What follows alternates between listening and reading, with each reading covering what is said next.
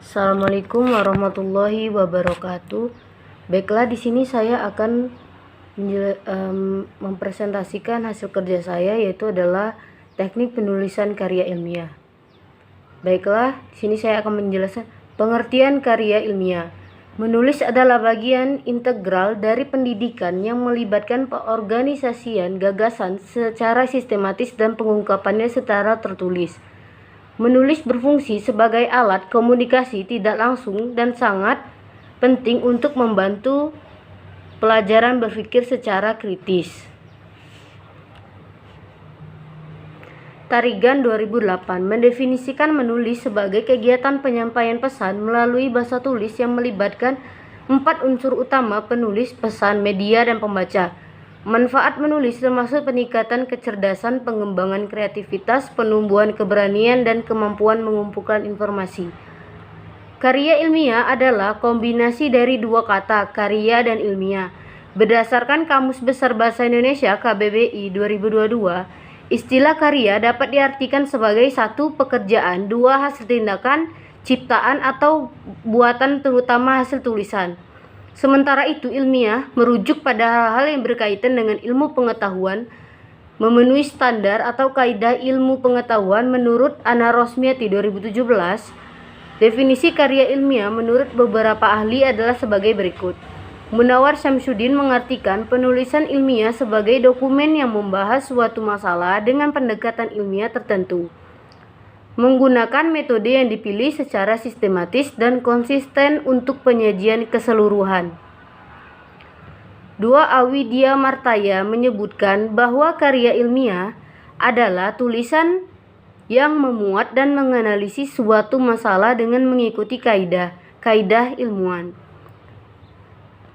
Ketiga, Broto Wijoyo menjelaskan bahwa karya ilmiah adalah tulisan berbasis ilmu pengetahuan yang menyajikan fakta dan disusun dengan metodologi penulisan yang baik dan benar.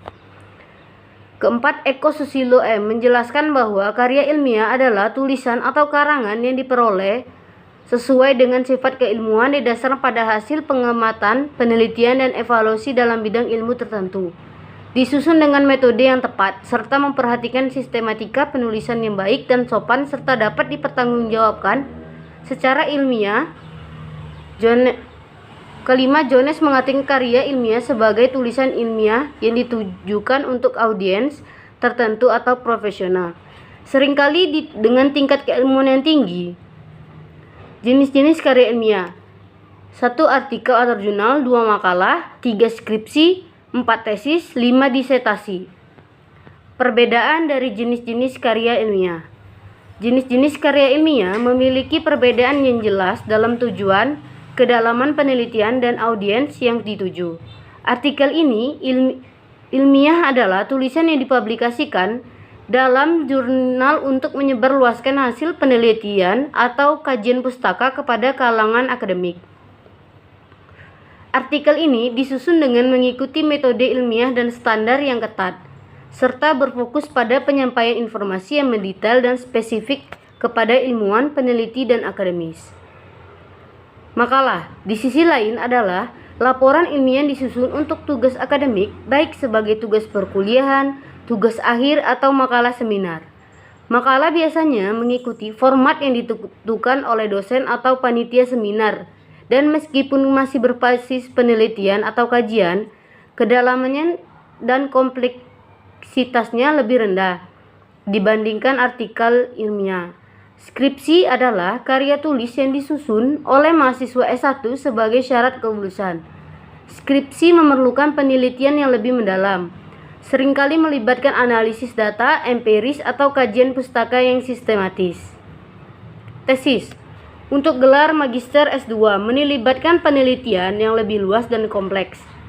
Tesis memanfaatkan teori yang komprehensif dan analisis data yang lebih canggih, seperti metode bivariate atau multivariate. Untuk menarik kesimpulan berlaku umum, penelitian ini biasa lebih mendalam dan teoritis dibandingkan skripsi. Disertasi sebagai karya ilmiah untuk gelar doktor S3 adalah yang paling mendalam dan inovatif. Penelitian disertasi harus memberikan kontribusi baru dalam ilmu pengetahuan dengan pendekatan teori dan metode yang original serta analisis data yang kompleks dan komprehensif. Ciri-ciri khusus yang membedakan. Setiap jenis karya ilmiah memiliki jenis ciri-ciri khusus yang membedakan dari yang lain. Berhak adalah pembahasan mengenai ciri-ciri khusus dari artikel ilmiah adalah skripsi, tesis, dan disertasi. Artikel ilmiah.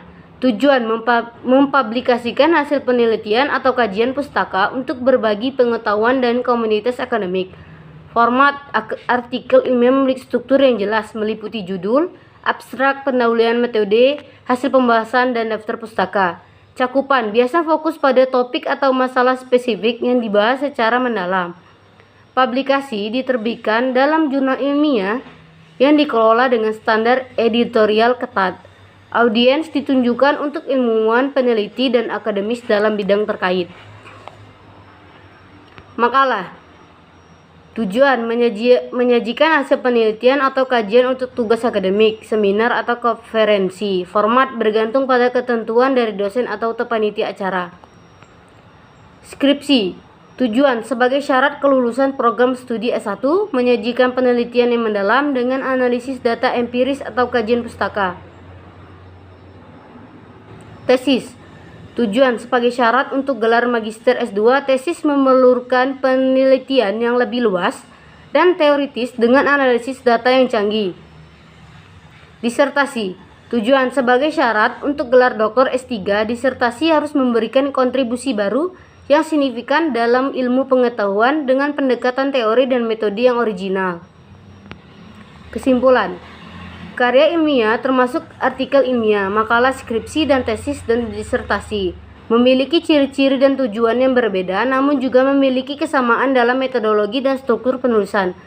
Artikel ilmiah bertujuan untuk menyebarluaskan hasil penelitian melalui jurnal akademik, sementara makalah lebih berfokus pada tugas akademik dan seminar dengan tingkat kedalaman yang bervariasi.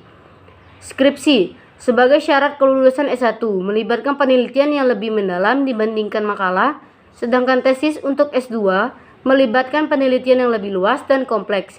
Disertasi yang merupakan syarat untuk gelar doktor menuntut kontribusi baru dan penelitian yang sangat mendalam. Baiklah, segitu saja presentasi dari saya. Lebih kurang atau ada yang salah saya mohon maaf. Saya akhiri dengan wabillahi taufik wal hidayah. Wassalamualaikum warahmatullahi wabarakatuh.